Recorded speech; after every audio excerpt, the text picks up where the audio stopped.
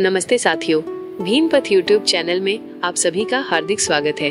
हम यहाँ डॉक्टर बाबा साहेब भीमराव अंबेडकर के प्रेरणादायक जीवन, उनके संघर्षों, विचारों और उनके बताए हुए भीम पथ पर चलने की प्रेरणा लेकर आए हैं। इस चैनल पर आपको बाबा साहेब के जीवन से जुड़ी कहानियाँ, उनके सामाजिक, आर्थिक और राजनीतिक विचारों का गहरा विश्लेषण और उनके सपनों के भारत को साकार करने की दिशा में हमारी सामूहिक यात्रा से जुड़े वीडियो मिलेंगे। हमारा उद्देश्य है बाबा साहेब के ज्ञान और न्याय के संदेश को जन जन तक पहुंचाना, ताकि हम सब मिलकर एक समतावादी और समृद्ध समाज का निर्माण कर सकें। जुड़िए हमारे साथ इस ज्ञानवर्धक और प्रेरणादायी सफर में। अपने विचार साझा करें, वीडियो को लाइक करें और भीमपथ को सब्सक्राइब करना न भूलें, ताकि हम सब मिलकर बाबा साहेब के दिखाए रास्ते पर चल सके। जय भीम, जय भारत। बेशक मैं आपको बाबा साहब डॉक्टर भीमराव अंबेडकर के ऊपर एक प्रेरणादायक कहानी सुनाती हूँ। एक नन्हा भीम और पानी का अधिकार। कहानी की शुरुआत एक मार्मिक दृश्य से होती है, जिसमें एक बच्चा संघर्ष कर रहा है।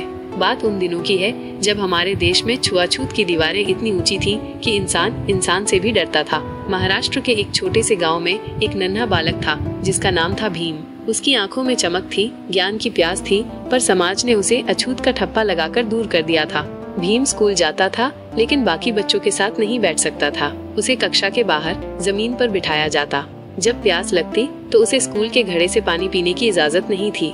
एक चपरासी था जो ऊंची जाति का था। जब उसे दया आती तो वह घड़े से पानी निकालकर दूर से भीम की अंजुली में डाल देता था। अगर चपरासी न हो तो भीम को प्यासा ही रहना पड़ता। एक दिन सूरज तप रहा था। भीम को जोरों की प्यास लगी थी। चपरासी छुट्टी पर था। प्यास के मारे भीम का गला सूख रहा था। उसने हिम्मत करके घड़े की तरफ देखा। पानी भरा हुआ था, पर वो उसे छू नहीं सकता था। उसका छोटा सा दिल तड़प उठा। क्या पानी पर भी किसी का अधिकार हो सकता है? क्या प्यास लगने पर भी कोई इंसान पानी नहीं पी सकता, सिर्फ इसलिए क्योंकि उसकी जाति अलग है? वो उस दिन प्यासा ही घर लौटा, पर उस घटना ने उसके भीतर एक आग जला दी। उस दिन उसने ठान लिया कि वो इस अन्याय को जड़ से मिटाएगा। उसने दिन रात पढ़ाई की, ज्ञान को अपना सबसे बड़ा हथियार बनाया। वो जानता था कि सिर्फ शिक्षा ही इस समाज की बेड़ियों को तोड़ सकती है।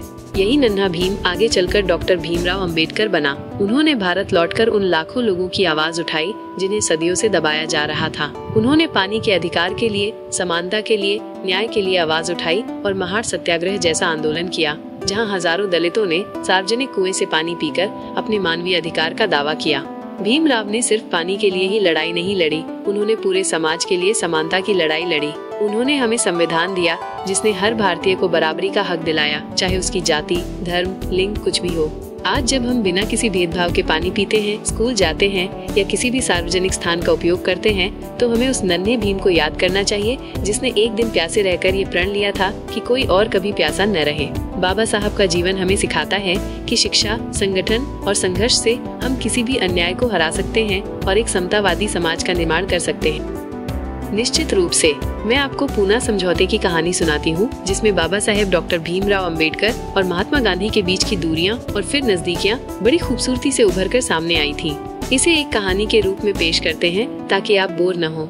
जब दो महानायक आमने सामने थे, पूना समझौते की कहानी।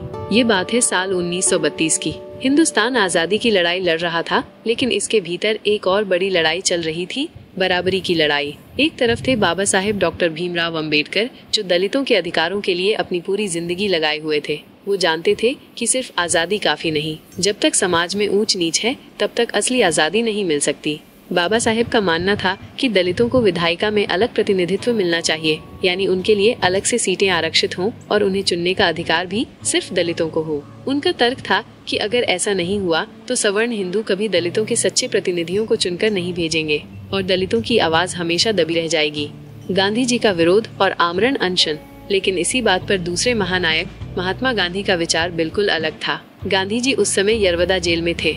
उन्हें लगा कि अगर दलितों को अलग निर्वाचन मंडल दे दिया गया तो हिंदू समाज हमेशा के लिए बट जाएगा और ये एकता देश के लिए अच्छी नहीं होगी। गांधी जी की नजर में छुआछूत एक सामाजिक बुराई थी जिसे दिल से खत्म करना था, राजनीतिक बंटवारे से नहीं। गांधी जी इस बात पर इतने अडिग थे कि उन्होंने ऐलान कर दिया कि अगर दलितों को अलग निर्वाचन मंडल दिया गया तो वो आमरण अनशन पर बैठ जाएंगे, यानी खाना पानी छोड़ देंगे, जब तक उनकी बात मानी नहीं जाती। ये खबर पूरे देश में आग की तरह फैल गई। एक तरफ गांधी जी का जीवन दांव पर था, जिन्हें पूरा देश राष्ट्रपिता मानता था। दूसरी तरफ बाबा साहेब थे, जो अपने लोगों के अधिकारों के लिए किसी भी हद तक जाने को तैयार थे। एक अजीब धर्म संकट था। बाबा साहेब के सामने चुनौती। बाबा साहेब के ऊपर भयंकर दबाव था। लोग उनसे गांधी जी की जान बचाने की अपील कर रहे थे।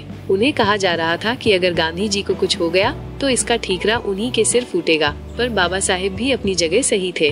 वो हजारों साल से दलितों पर हो रहे अत्याचारों का अंत चाहते थे। उन्हें डर था कि अगर आज समझौता कर लिया तो उनके लोगों को फिर कभी उनका हक नहीं मिलेगा। शांग कीजिए, एक व्यक्ति के कंधों पर अपने पूरे समाज का भविष्य टिका हो और दूसरी तरफ एक ऐसे नेता का जीवन दांव पर हो जिसे पूरा देश पूजता हो। पूना की वो ऐतिहासिक मुलाकात। आखिरकार कई बैठकों और गहन विचार विमर्श के बाद बाबा साहेब ने एक रास्ता निकालने का फैसला किया। उन्होंने समझा कि गांधी जी की जान बचाना भी जरूरी है, पर अपने लोगों के अधिकार छोड़ना नहीं। 24 सितंबर 1932 को पुणे की यरवदा जेल में बाबा साहेब और गांधी जी के प्रतिनिधियों के बीच एक ऐतिहासिक समझौता हुआ। इसे पूना समझौता, पूना पैक्ट के नाम से जाना गया। इस समझौते में ये तय हुआ कि दलितों के लिए अलग निर्वाचन मंडल नहीं होगा, जैसा बाबा साहेब चाहते थे, बल्कि संयुक्त निर्वाचन मंडल होगा। पर इसके बदले प्रांतीय विधान मंडलों में दलितों के लिए आरक्षित सीटों की संख्या 71 से बढ़ाकर 147 कर दी गई। केंद्रीय विधान मंडल में भी उन्हें 18% सीटें आरक्षित की गयी। ये एक ऐसा पल था जब बाबा साहेब ने देश की एकता के लिए एक बड़ा त्याग किया, लेकिन साथ ही अपने लोगों के लिए पहले से कहीं ज्यादा सीटें सुरक्षित करवा ली। ये उनके दूरदर्शिता और राजनीतिक सूझबूझ का कमाल था। गांधी जी ने भी अनशन तोड़ दिया और एक बड़ा संकट टल गया। समझौते के मायने। पूना समझौता सिर्फ सीटों के बंटवारे का कागज नहीं था, ये दो अलग अलग विचारधाराओं के बीच का एक संतुलन था। ये बताता है कि कैसे दो महान नेता अपने अपने तरीके से देश और समाज की भलाई चाहते थे, भले ही उनके रास्ते अलग थे। बाबा साहेब के लिए यह उनके लोगों को राजनीतिक शक्ति दिलाने की दिशा में एक महत्वपूर्ण कदम था, भले ही उन्हें अलग निर्वाचन मंडल का अपना मूल विचार छोड़ना पड़ा। वहीं गांधी जी के लिए यह हिंदू समाज को बंटने से बचाने का एक तरीका था। ये समझौता हमें सिखाता है कि कई बार बड़े लक्ष्य हासिल करने के लिए हमें कड़े फैसले लेने पड़ते हैं और समझौता करना पड़ता है। यह बाबा साहेब की अदम्य इच्छा शक्ति और अपने समाज के प्रति उनकी निष्ठा का प्रतीक है।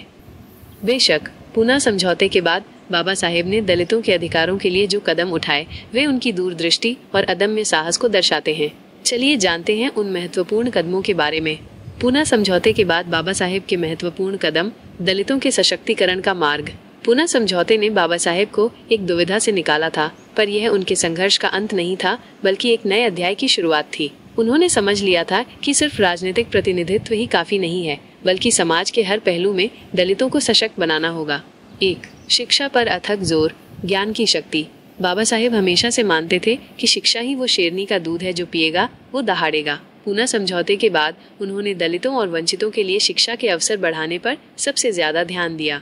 शैक्षणिक संस्थानों की स्थापना। उन्होंने खुद कई शिक्षण संस्थानों की स्थापना की, जैसे पीपल्स एजुकेशन सोसाइटी 1945, जिसके तहत मुंबई में सिद्धार्थ कॉलेज और औरंगाबाद में मिलिंद कॉलेज खोले गए। उनका लक्ष्य था कि वंचित समाज के बच्चों को भी उच्च शिक्षा मिल सके, ताकि वे सिर्फ मजदूर न रहें, बल्कि डॉक्टर, इंजीनियर, वकील और प्रशासक बन सकें। छात्रवृत्तियों और सुविधाओं के लिए संघर्ष। उन्होंने सरकारी नीतियों में बदलाव लाने के लिए लगातार प्रयास किए, ताकि दलित छात्रों को छात्रवृत्तियां मिले, उनके लिए छात्रावासों की व्यवस्था हो और शिक्षा प्राप्त करना उनके लिए आसान हो सके। 2. आंदोलनों का विस्तार। मानवीय अधिकारों की लड़ाई। बाबा साहेब ने केवल शिक्षा तक ही खुद को सीमित नहीं रखा, बल्कि सामाजिक बराबरी के लिए लगातार जमीनी आंदोलन जारी रखे। मंदिर प्रवेश आंदोलन। उन्होंने नासिक के काला राम मंदिर प्रवेश आंदोलन 1930 जैसे आंदोलनों का नेतृत्व किया। ये सिर्फ मंदिर में घुसने की बात नहीं थी, बल्कि ये घोषणा थी कि दलित भी इंसान हैं, उन्हें भी समान धार्मिक और सामाजिक अधिकार मिलने चाहिए। इन आंदोलनों ने समाज के रूढ़िवादी ढांचे को चुनौती दी। पानी और सार्वजनिक स्थानों के अधिकार। महार सत्याग्रह, जो पूना समझौते से पहले हुआ, जैसे आंदोलनों ने ये स्पष्ट कर दिया कि सार्वजनिक जल स्रोतों और स्थानों पर सबका समान अधिकार है। पूना समझौते के बाद भी उन्होंने ये सुनिश्चित करने के लिए लड़ाई जारी रखी कि इन अधिकारों का वास्तव में पालन हो। 3. श्रम और आर्थिक अधिकार। गरिमापूर्ण जीवन की ओर। बाबा साहेब ने महसूस किया कि आर्थिक स्वतंत्रता के बिना सच्ची समानता संभव नहीं है। श्रम अधिकारों के लिए संघर्ष। उन्होंने मजदूरों के अधिकारों के लिए आवाज उठाई, जिसमें दलित मजदूर सबसे ज्यादा प्रभावित थे। उन्होंने 8 घंटे के कार्य दिवस, ट्रेड यूनियन बनाने का अधिकार और महिला श्रमिकों के लिए समान वेतन जैसे मुद्दों पर काम किया। भूमिहीन दलितों के लिए आवाज वे जानते थे कि अधिकांश दलित भूमिहीन थे और सवर्ण जमींदारों पर निर्भर थे। उन्होंने भूमि सुधारों और दलितों को जमीन का अधिकार दिलाने की वकालत की ताकि वे आर्थिक रूप से आत्मनिर्भर बन सके। 4. राजनीतिक संगठन और सशक्तिकरण। सत्ता में भागीदारी। पूना समझौते के बाद बाबा साहेब ने दलितों को राजनीतिक रूप से संगठित करने के प्रयास जारी रखे।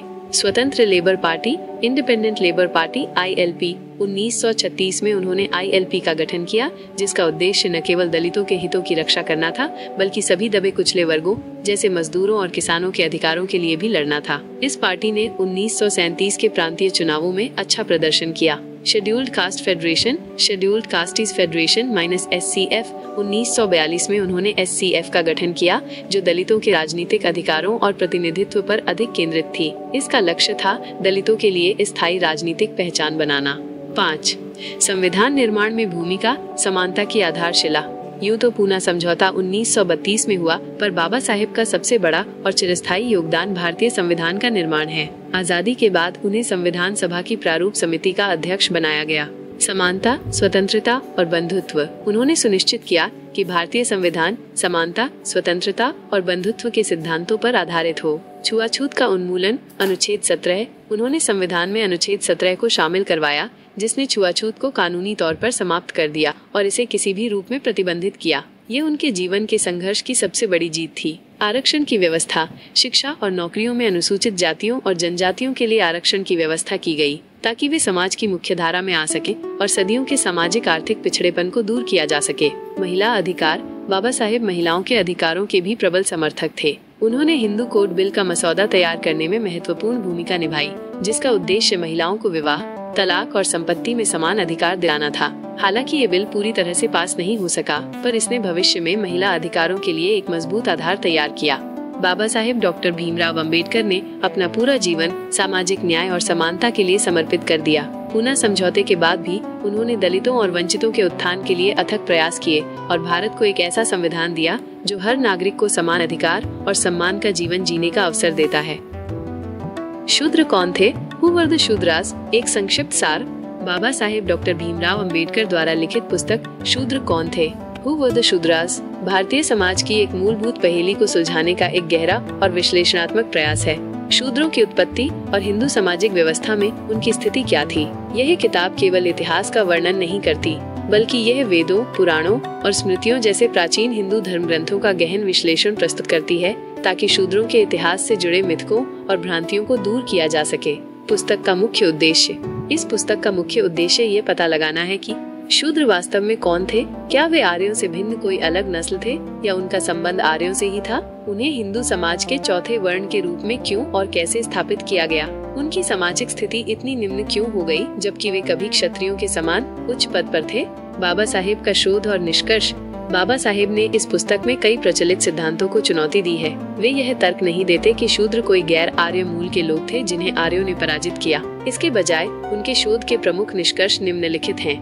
1. शूद्र मूलतः आर्य थे। बाबा साहेब का तर्क है कि शूद्र आर्यों के ही एक हिस्से थे, न कि कोई अलग नस्ल या गैर आर्य लोग। वे आर्य समाज का ही हिस्सा थे। 2. शूद्र मूलतः क्षत्रिय थे। उनका सबसे क्रांतिकारी दावा यह है कि शूद्र मूल रूप से क्षत्रिय वर्ण के थे। वे क्षत्रिय राजाओं और समुदायों का समूह थे। 3. ब्राह्मणों और शूद्रों के बीच संघर्ष। बाबा साहेब के अनुसार प्राचीन काल में ब्राह्मणों और शूद्रों, जो उस समय क्षत्रिय थे, के बीच एक बड़ा संघर्ष हुआ था। इस संघर्ष का कारण ब्राह्मणों के बढ़ते हुए अहंकार और उनके द्वारा किए जाने वाले अनुष्ठानों का शूद्र राजाओं द्वारा विरोध था। 4. शूद्रों का पतन। इस संघर्ष के परिणाम स्वरूप ब्राह्मणों ने शूद्रों पर सामाजिक और धार्मिक बहिष्कार का एक चक्र चलाया। उन्होंने शूद्रों के उपनयन, पवित्र धागा पहनने का संस्कार को रोक दिया, जिससे वे वेदों के अध्ययन और धार्मिक अनुष्ठानों के अधिकार से वंचित हो गए। इसी बहिष्कार और अपमान के कारण शूद्र धीरे धीरे चौथे वर्ण के रूप में समाज के निचले पायदान पर धकेल दिए गए। 5. मनुस्मृति और शूद्रों की दास्ता।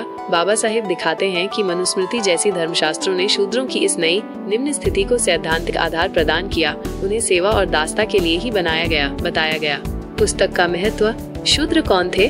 सिर्फ एक ऐतिहासिक विश्लेषण नहीं है, बल्कि ये हिंदू सामाजिक व्यवस्था की असमानता को उजागर करने वाला एक महत्वपूर्ण ग्रंथ है। ये दलितों की पहचान और उत्पीड़न के मूल को समझने में मदद करता है। बाबा साहेब ने इस पुस्तक के माध्यम से ये साबित करने की कोशिश की कि शूद्रों का पतन उनके कर्मों के कारण नहीं, बल्कि ब्राह्मणवादी व्यवस्था द्वारा थोपे गए सामाजिक बहिष्कार और धार्मिक प्रतिबंधों के कारण हुआ। यह किताब उन सभी के लिए आवश्यक है जो भारत के जटिल सामाजिक ताने बाने, जाति व्यवस्था की उत्पत्ति और डॉक्टर अंबेडकर के गहन विचारों को समझना चाहते हैं। यह सिर्फ एक इतिहास की किताब नहीं, बल्कि सामाजिक न्याय के संघर्ष की एक महत्वपूर्ण वैचारिक नींव है। जातियों का अंत, एनिहिलेशन ऑफ कास्ट। एक संक्षिप्त सारांश। बाबा साहेब डॉक्टर भीमराव अंबेडकर की जातियों का अंत, एनिहिलेशन ऑफ कास्ट, एक बेहद प्रभावशाली और क्रांतिकारी भाषण है जिसे उन्होंने कभी दिया नहीं, बल्कि बाद में एक पुस्तक के रूप में प्रकाशित किया। ये किताब सिर्फ जाति व्यवस्था की आलोचना नहीं करती, बल्कि इसके जड़ से उन्मूलन का आह्वान करती है और इसके लिए कड़े सुझाव देती है। पृष्ठभूमि, एक अनकहा भाषण। यह भाषण मूल रूप से 1936 में लाहौर में आयोजित जात पात तोड़ मंडल नामक एक सुधारवादी हिंदू संगठन के वार्षिक सम्मेलन के अध्यक्षीय भाषण के रूप में लिखा गया था। लेकिन जब आयोजकों ने भाषण में हिंदू धर्म और जाति व्यवस्था की तीखी आलोचना देखी, तो उन्होंने अंबेडकर से कुछ अंश हटाने का अनुरोध किया। बाबा साहेब ने इनकार कर दिया, क्योंकि वे अपने विचारों से समझौता नहीं करना चाहते थे। नतीजतन सम्मेलन रद्द कर दिया गया और अंबेडकर ने इस भाषण को एक पुस्तक के रूप में प्रकाशित करने का फैसला किया, ताकि उनके विचार व्यापक जन समुदाय तक पहुंच सके। पुस्तक का मुख्य तर्क और आलोचना। जातियों का अंत में बाबा साहेब ने जाति व्यवस्था के हर पहलू पर तार्किक और अकाट्य प्रहार किया है। उनके मुख्य तर्क और आलोचनाएं निम्नलिखित हैं। 1. जाति व्यवस्था नैतिक रूप से गलत। अंबेडकर तर्क देते हैं कि जाति व्यवस्था केवल श्रम का विभाजन नहीं है, बल्कि श्रमिकों का विभाजन है। यह किसी व्यक्ति की योग्यता या झुकाव के आधार पर नहीं, बल्कि उसके जन्म के आधार पर उसके सामाजिक और आर्थिक भाग्य का निर्धारण करती है। ये मनुष्य की स्वतंत्रता और आत्मसम्मान का हनन करती है। 2. जाति व्यवस्था हिंदू धर्म का अभिन्न अंग। वे इस बात पर जोर देते हैं कि जाति व्यवस्था कोई बाहरी या आकस्मिक बुराई नहीं है, बल्कि यह हिंदू धर्म शास्त्रों और ग्रंथों का अभिन्न हिस्सा है। उनका मानना था कि जब तक हिंदू धर्म अपनी वर्तमान मूल भावना में रहेगा, तब तक जाति व्यवस्था को पूरी तरह से मिटाया नहीं जा सकता। 3. अंतर जातीय विवाह, इंटरकास्ट मैरिज, एकमात्र समाधान। बाबा साहेब का सबसे महत्वपूर्ण और विवादास्पद सुझाव था कि जाति व्यवस्था को खत्म करने का एकमात्र प्रभावी तरीका अंतर जातीय विवाह है। उनका मानना था कि जाति का आधार जाति चेतना है और ये चेतना तभी खत्म होगी जब विभिन्न जातियों के लोग आपस में विवाह करेंगे और एक दूसरे के साथ सामाजिक रूप से घुल मिल जाएंगे। वे कहते हैं, जाति एक भावना है, एक विचार है। इसे नष्ट करने के लिए भौतिक बाधाओं को तोड़ना होगा। 4. हिंदू धर्म में सुधार की आवश्यकता। अंबेडकर ने हिंदू समाज सुधारकों को भी चुनौती दी, जिन्होंने केवल छुआछूत को मिटाने की बात की, लेकिन जाति व्यवस्था के मूल पर प्रहार नहीं किया। उनका तर्क था कि जब तक शास्त्रों के अधिकार को चुनौती नहीं दी जाती और उन्हें बदलने या त्यागने की हिम्मत नहीं की जाती, तब तक जाति बनी रहेगी। वे कहते हैं कि आप जाति को नष्ट किए बिना छुआछूत को खत्म नहीं कर सकते। 5. हिंदू समाज में बिरादरी की समस्या। वे बताते हैं कि हिंदू समाज सिर्फ 4 वर्णों में ही नहीं बटा है, बल्कि ये हजारों जातियों और उपजातियों में विभाजित है, जिनमें से प्रत्येक एक बंद बिरादरी, एंडोगमस यूनिट है। ये बिरादरियां एक दूसरे से रोटी बेटी का संबंध नहीं रखती, जिससे सामाजिक एकजुटता नहीं बन पाती। पुस्तक का महत्व। जातियों का अंत केवल एक आलोचनात्मक पाठ नहीं है, बल्कि यह जाति व्यवस्था के पूर्ण उन्मूलन का एक ब्लूप्रिंट प्रस्तुत करता है। यह हिंदू समाज में आत्मनिरीक्षण और सुधार को बढ़ावा देने के लिए लिखा गया था। यही किताब आज भी उतनी ही प्रासंगिक है जितनी तब थी, क्योंकि जाति आधारित भेदभाव और सामाजिक अलगाव आज भी भारतीय समाज की एक चुनौती बने हुए हैं। यह डॉक्टर अंबेडकर के सबसे शक्तिशाली और प्रभावशाली लेखन में से एक मानी जाती है। बेशक बाबा साहेब डॉक्टर भीमराव अंबेडकर का बौद्ध धर्म अपनाना उनके जीवन का एक बहुत ही महत्वपूर्ण और क्रांतिकारी कदम था। यह सिर्फ एक धर्म परिवर्तन नहीं था, बल्कि सामाजिक न्याय और समानता के उनके आजीवन संघर्ष का एक स्वाभाविक परिणाम था। चलिए जानते हैं उन्होंने बौद्ध धर्म क्यों और कैसे अपनाया। बाबा साहेब का बौद्ध धर्म अपनाना एक क्रांतिकारी निर्णय। बाबा साहेब डॉक्टर भीमराव अंबेडकर ने हिंदू धर्म में व्याप्त जाति व्यवस्था और छुआछूत के कारण सदियों से दलितों पर हो रहे अत्याचारों को बहुत करीब से देखा और झेला था। उन्होंने अपने जीवन का बड़ा हिस्सा हिंदू धर्म में सुधार लाने और जातिगत भेदभाव को खत्म करने के लिए समर्पित किया। उन्होंने बौद्ध धर्म क्यों अपनाया? कारण 1. हिंदू धर्म में सुधार की असफलता से निराशा। बाबा साहेब ने दशकों तक हिंदू धर्म के भीतर रहकर जाति व्यवस्था और छुआछूत को खत्म करने का प्रयास किया। उन्होंने मंदिरों में प्रवेश आंदोलन चलाए, वेदों और शास्त्रों की व्याख्याओं को चुनौती दी और समाज सुधारकों से जाति के उन्मूलन का आह्वान किया। लेकिन उन्हें लगा कि हिंदू धर्म की मूल संरचना में जाति इतनी गहराई से समाई हुई है कि इसे पूरी तरह से मिटाना असंभव है। वे इस बात से निराश थे कि उनके प्रयासों के बावजूद दलितों को अभी भी समान सम्मान और अधिकार नहीं मिल पा रहे थे। 2. समानता और तर्कसंगतता की खोज। बाबा साहेब एक ऐसे धर्म की तलाश में थे जो समानता, स्वतंत्रता, भाईचारा और तर्कसंगतता के सिद्धांतों पर आधारित हो। उन्होंने ईसाई धर्म और इस्लाम सहित कई धर्मों का अध्ययन किया, लेकिन उन्हें लगा कि बौद्ध धर्म ही उनके आदर्शों के सबसे करीब है। 3. बौद्ध धर्म की समानतावादी प्रकृति। कोई जाति व्यवस्था नहीं। बौद्ध धर्म में जाति या वर्ण व्यवस्था का कोई स्थान नहीं है। ये सभी मनुष्यों को समान मानता है। तर्क और अनुभव पर आधारित। बौद्ध धर्म किसी ईश्वरीय सत्ता या अंधविश्वास पर आधारित नहीं है, बल्कि तर्क, अनुभव और व्यक्तिगत नैतिकता पर जोर देता है। यह बाबा साहेब के वैज्ञानिक और तार्किक दृष्टिकोण से मेल खाता था। अहिंसा और करुणा। बौद्ध धर्म अहिंसा, करुणा और मैत्री के सिद्धांतों पर आधारित है, जो बाबा साहेब के मानवीय मूल्यों के अनुरूप थे। मानव गरिमा पर जोर। यह धर्म मानव गरिमा और आत्मसम्मान को महत्व देता है, जो दलितों के लिए अत्यंत आवश्यक था। 4. स्वयं के लोगों को सम्मान दिलाना। बाबा साहेब का मानना था कि दलितों को एक ऐसा धर्म चाहिए जो उन्हें आत्मसम्मान और गरिमा प्रदान करे, न कि उन्हें नीचा दिखाए। बौद्ध धर्म उन्हें यह अवसर प्रदान करता था कि वे एक ऐसे धर्म का हिस्सा बने जहां उन्हें जन्म के आधार पर कोई भेदभाव न झेलना पड़े। 5. हिंदू धर्म त्यागने की प्रतिज्ञा। 1935 में येओला, नासिक में एक सम्मेलन में बाबा साहेब ने सार्वजनिक रूप से घोषणा की थी कि वे हिंदू धर्म में पैदा हुए हैं, लेकिन हिंदू धर्म में मरेंगे नहीं। ये घोषणा उनके गहरे दर्द और निराशा का परिणाम थी। उन्होंने बौद्ध धर्म कैसे अपनाया? प्रक्रिया। बाबा साहेब ने बौद्ध धर्म अपनाने का निर्णय वर्षों के गहन अध्ययन और विचार विमर्श के बाद लिया था। उन्होंने जल्दबाजी में कोई कदम नहीं उठाया। 1. अध्ययन और तैयारी। उन्होंने बौद्ध धर्म के ग्रंथों का गहराई से अध्ययन किया, भिक्षुओं और विद्वानों से चर्चा की और ये सुनिश्चित किया कि ये उनके और उनके लोगों के लिए सही रास्ता है।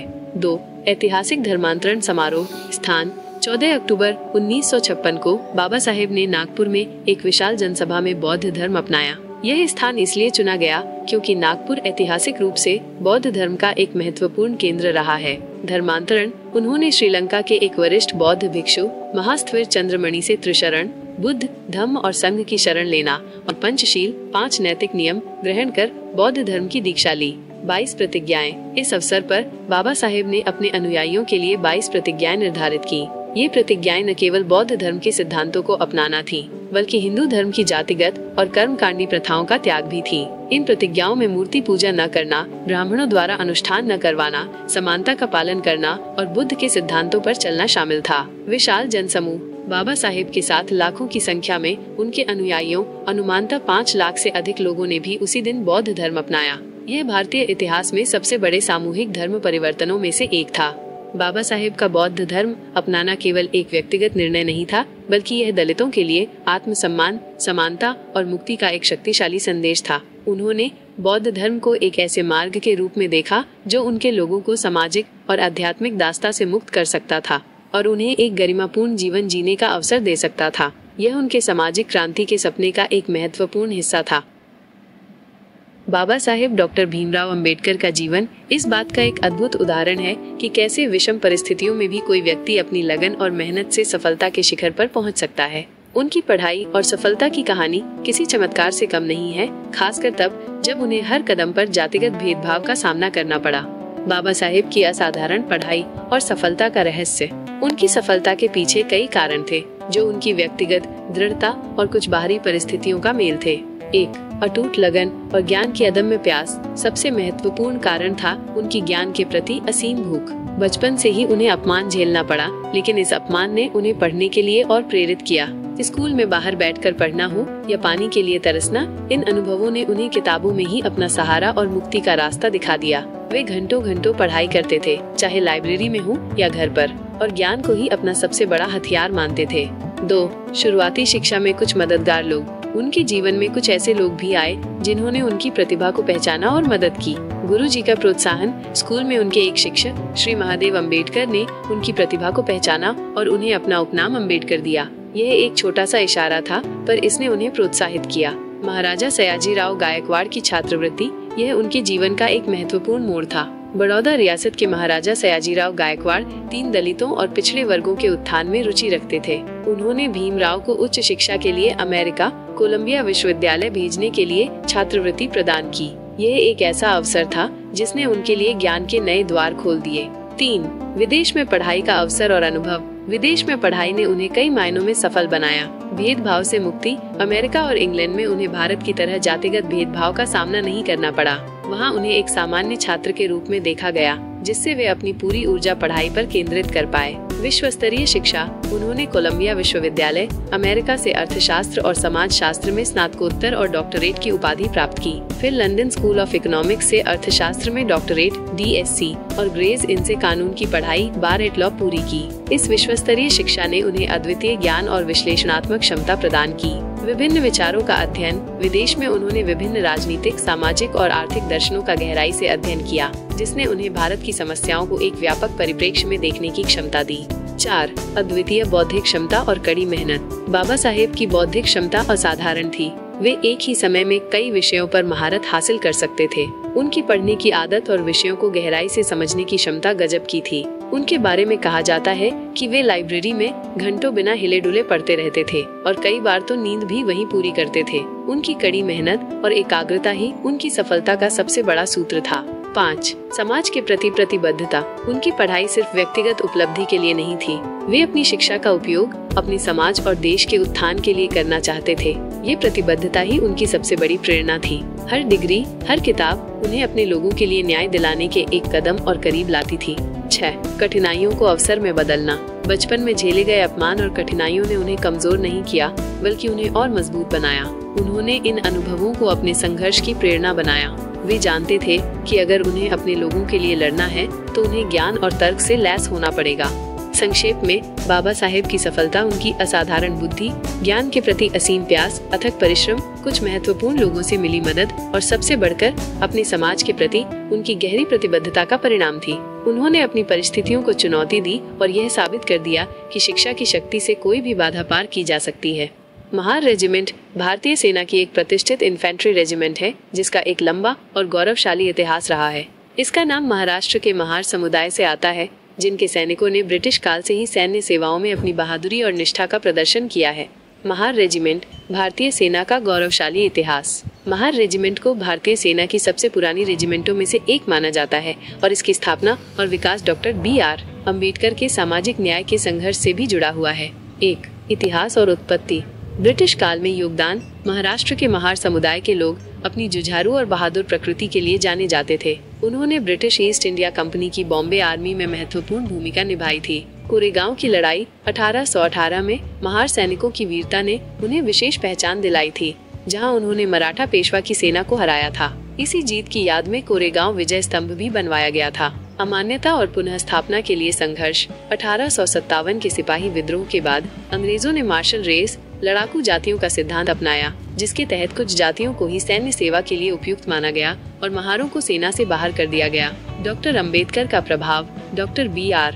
अंबेडकर ने दलितों को सेना में फिर से शामिल करने और उनके लिए एक अलग रेजिमेंट बनाने के लिए अथक प्रयास किए। उनका मानना था कि सैन्य सेवा दलितों के लिए आत्मसम्मान, आर्थिक स्थिरता और सामाजिक समानता प्राप्त करने का एक महत्वपूर्ण मार्ग है। उनकी वकालत और दबाव का ही नतीजा था कि द्वितीय विश्व युद्ध के दौरान जब अंग्रेजों को अधिक सैनिकों की जरूरत महसूस हुई तो उन्होंने महारों को फिर से सेना में भर्ती करना शुरू किया। 2. रेजिमेंट का गठन। स्थापना 1 अक्टूबर 1941 को भारतीय सेना में महार रेजिमेंट का गठन किया गया। शुरुआत में इसका उद्देश्य मुख्य रूप से महाराष्ट्र के महार सैनिकों को शामिल करना था। मशीन गन रेजिमेंट में परिवर्तन। 1946 में रेजिमेंट को महार मशीन गन रेजिमेंट में बदल दिया गया। ये भारतीय सेना की पहली मशीन गन रेजिमेंट थी, जो इसकी मारक क्षमता और युद्ध कौशल को दर्शाता था। मुख्यालय महार रेजिमेंट का रेजिमेंटल सेंटर मध्य प्रदेश के सागर में स्थित है। 3. वर्तमान स्वरूप और विशेषताएं।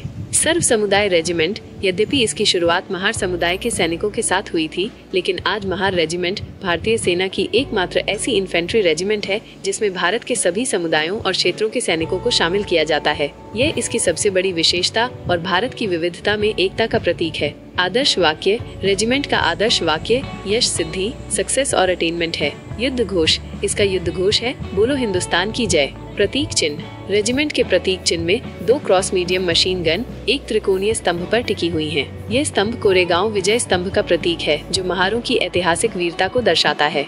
वीरता और सम्मान। महार रेजिमेंट ने विभिन्न युद्धों और अभियानों में असाधारण वीरता का प्रदर्शन किया है, जिसमें द्वितीय विश्व युद्ध, 1962 का भारत चीन युद्ध, 1965 और 1971 के भारत पाकिस्तान युद्ध और श्रीलंका में शांति स्थापना अभियान शामिल हैं। रेजिमेंट ने एक परमवीर चक्र, कई महावीर चक्र, वीर चक्र और अन्य कई वीरता पुरस्कार जीते हैं।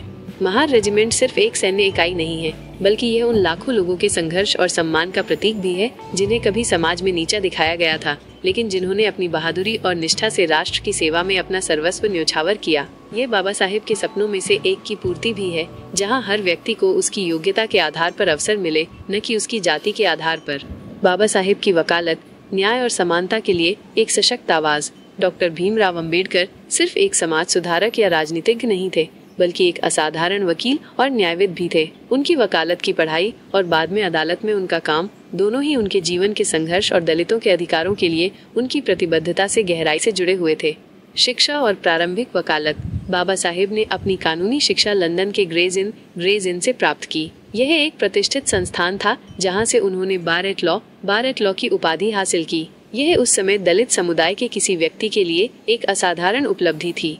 भारत लौटने के बाद उन्होंने बम्बई उच्च न्यायालय, बॉम्बे हाई कोर्ट में वकालत शुरू की। उनकी वकालत का उद्देश्य केवल पैसा कमाना नहीं था, बल्कि वे इसे सामाजिक न्याय के अपने बड़े लक्ष्य का एक साधन मानते थे। वकालत का उद्देश्य पीड़ितों को न्याय दिलाना। अदालत में उनका मुख्य ध्यान उन लोगों को न्याय दिलाना था जिन्हें जाति या सामाजिक स्थिति के कारण दबाया गया था। उनकी वकालत के कुछ प्रमुख पहलू इस प्रकार थे। 1. दलितों और वंचितों के मुकदमे। उन्होंने विशेष रूप से दलितों, मजदूरों और किसानों के मुकदमे लड़े, जिन्हें अक्सर सामाजिक और आर्थिक रूप से कमजोर होने के कारण न्याय से वंचित कर दिया जाता था। वे ऐसे मामलों में अक्सर बिना किसी शुल्क के या बहुत कम शुल्क पर काम करते थे। 2. सामाजिक न्याय के मुद्दों को कानूनी जामा पहनाना। बाबा साहेब ने अदालतों का उपयोग सामाजिक अन्याय के मुद्दों को उजागर करने और उन्हें कानूनी वैधता दिलाने के लिए किया। उन्होंने ये साबित करने की कोशिश की कि जातिगत भेदभाव न केवल अनैतिक है, बल्कि अवैध भी होना चाहिए। 3. कानूनी तर्क और ज्ञान। अपनी गहन कानूनी शिक्षा और तेज दिमाग के कारण वे अदालत में बहुत प्रभावशाली थे। वे अपने तर्कों को सशक्त ढंग से प्रस्तुत करते थे और कानून की बारीकियों पर उनकी गहरी पकड़ थी। उनके तर्कों में हमेशा सामाजिक न्याय और मानव गरिमा का पहलू शामिल होता था। 4. मजदूरों के अधिकार। उन्होंने मजदूरों के अधिकारों के लिए भी वकालत की। वे ट्रेड यूनियनों और औद्योगिक विवादों से जुड़े मामलों में सक्रिय रहे, जिससे मजदूरों को बेहतर काम करने की स्थिति और उचित वेतन मिल सके। वकालत से बढ़कर एक न्यायविद का उदय। बाबा साहेब की वकालत केवल कोर्टरूम तक सीमित नहीं थी। उनके कानूनी ज्ञान और न्याय के प्रति गहरी समझ ने उन्हें एक दूरदर्शी न्यायविद, जुरिस्ट बनाया। इसी कारण जब भारत आजाद हुआ तो उन्हें संविधान मसौदा समिति का अध्यक्ष चुना गया। संविधान निर्माण में उनकी वकालत का कौशल और कानूनी ज्ञान चरमोत्कर्ष पर पहुंचा। उन्होंने ये सुनिश्चित किया कि भारत का संविधान एक ऐसा दस्तावेज बने जो सभी नागरिकों को समान अधिकार दे, जाति, धर्म, लिंग या जन्म स्थान के आधार पर कोई भेदभाव न हो, छुआछूत को कानूनी तौर पर समाप्त करे और इसे दंडनीय अपराध बनाए। अनुच्छेद 17 है। महिलाओं को समान अधिकार दे, जैसे हिंदू कोड बिल के माध्यम से, हालांकि ये पूरी तरह से पास नहीं हो पाया। कमजोर वर्गों के लिए सुरक्षात्मक प्रावधान जैसे आरक्षण सुनिश्चित करे ताकि वे समाज की मुख्य धारा में आ सके। उनकी वकालत केवल दूसरों के लिए केस लड़ने तक सीमित नहीं थी, बल्कि ये भारत के भविष्य के लिए एक न्यायपूर्ण और समतावादी समाज की नींव रखने के बारे में थी। उन्होंने अपने कानूनी ज्ञान को एक हथियार के रूप में इस्तेमाल किया ताकि सदियों से वंचित लोगों को न्याय और सम्मान मिल सके। बाबा साहेब की वकालत का मार्ग उनके संघर्ष और सिद्धांतों का ही विस्तार था, जिसने अंततः भारत को एक ऐसा कानूनी ढांचा दिया जो समानता और न्याय पर आधारित है। नमस्ते साथियों, भीमपथ यूट्यूब चैनल में आप सभी का हार्दिक स्वागत है। हम यहाँ डॉक्टर बाबा साहेब भीमराव अंबेडकर के प्रेरणादायक जीवन, उनके संघर्षों, विचारों और उनके बताए हुए भीम पथ पर चलने की प्रेरणा लेकर आए हैं। इस चैनल पर आपको बाबा साहेब के जीवन से जुड़ी कहानियाँ, उनके सामाजिक, आर्थिक और राजनीतिक विचारों का गहरा विश्लेषण और उनके सपनों के भारत को साकार करने की दिशा में हमारी सामूहिक यात्रा से जुड़े वीडियो मिलेंगे। हमारा उद्देश्य है बाबा साहेब के ज्ञान और न्याय के संदेश को जन जन तक पहुंचाना, ताकि हम सब मिलकर एक समतावादी और समृद्ध समाज का निर्माण कर सकें।